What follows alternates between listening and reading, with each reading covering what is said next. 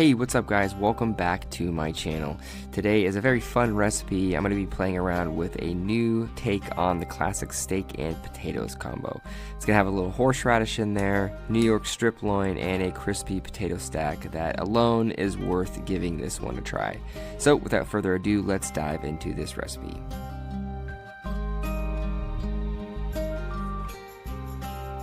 Alright, so first up, to start off this recipe, you're going to square off the edges of the biggest russet potato you can find at the grocery store. Reason being is that bigger is always better when you are trying to shape an ingredient, and especially for this since we're trying to get a nice potato stack out of it.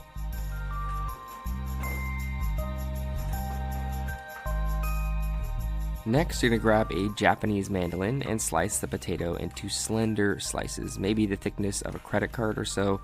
But of course, you could cut the potato smaller and then slice it with a knife. Just be really careful if you go that route.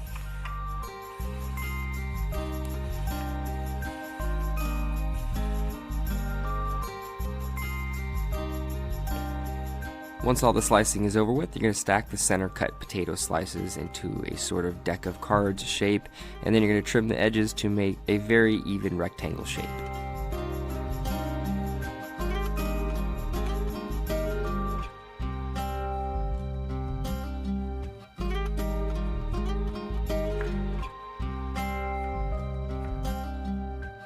After that, you cut the rectangle into squares, press the slices firmly together, and shingle them into a staircase-like shape if you want to mimic this presentation.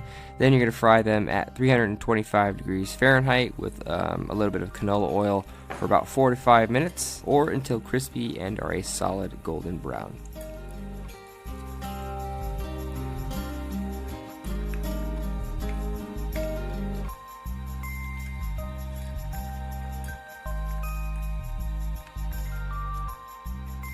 Once the potatoes are finished crisping up, you're going to take them out of the hot oil and put them onto a paper towel just to dry them off a bit, and then you're going to give them a quick sprinkling of sea salt.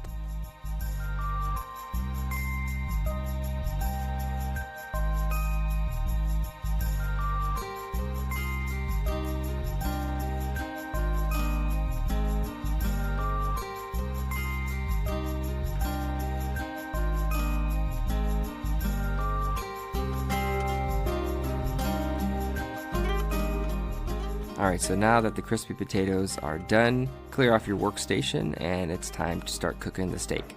So get a large frying pan on high heat and season your steak on both sides with kosher salt and fresh cracked black pepper. The cut I'm using here happens to be a 10-ounce New York sirloin, so I'm just going to go based off this steak.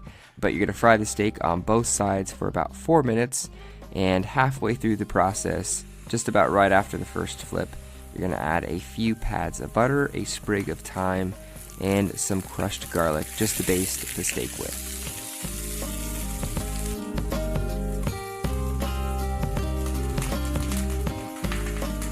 If you're shooting for a medium rare temperature, you're just going to want to baste the steak for another minute or so after the original sear. Any longer than that, the cooking process just speeds up and you're just going to have a watchful eye if you like your steak slightly under. But when the steak is at the desired temp, remove it from the pan and let it rest for at least 5 to 7 minutes before slicing. While you're waiting for the steak to finish up, in a small bowl you're going to mix together some sour cream, prepared horseradish, if you have some fresh that's obviously preferred, a little salt, and some fresh cracked black pepper to make a very simple creamy horseradish spread that goes perfectly with the steak and potatoes. Now it's time to plate.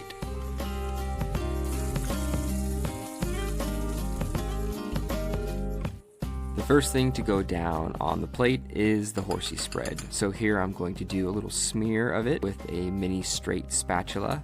After that, I'm going to place a crispy potato right down on the edge of the sauce. Then I'm going to place a few slices of the center cut New York straight down onto the plate. Then I'm going to season it with a little bit of Maldon salt, coarse black pepper around the plate, some fresh cut chives, and a little drizzle of olive oil. And that is your steak and potatoes, folks.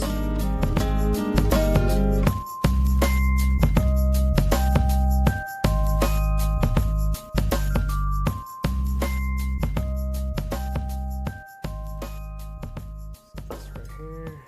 Fork and knife. What up, guys? All right, so today on the menu is steak and potatoes, and I'm really excited to test it out.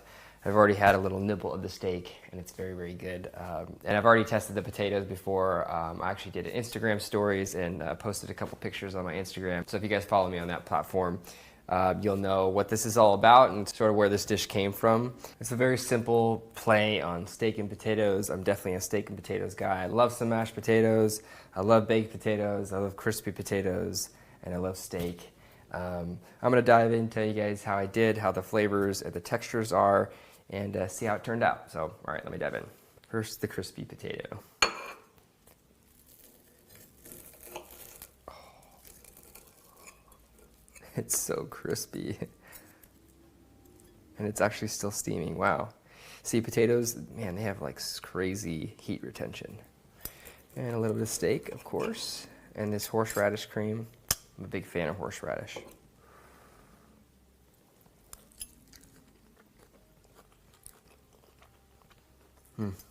Whoa.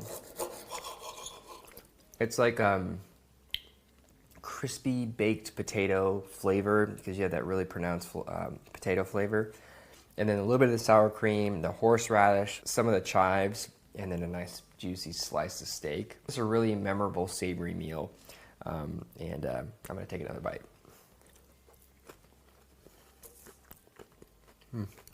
If I had a restaurant, this would definitely be my steak and potatoes dish. A little spiciness from the horseradish, and creaminess from the sour cream, and it's kind of refreshing to have that cool sour cream on top of a really crispy, hot potato, and of course that sizzling steak. So it's a cool temperature contrast. And of course the really crispy potato and the tender steak, it's a great texture contrast as well. Just all in all, a great dish. This is actually gonna be on a menu that I'm putting together with a chef buddy of mine.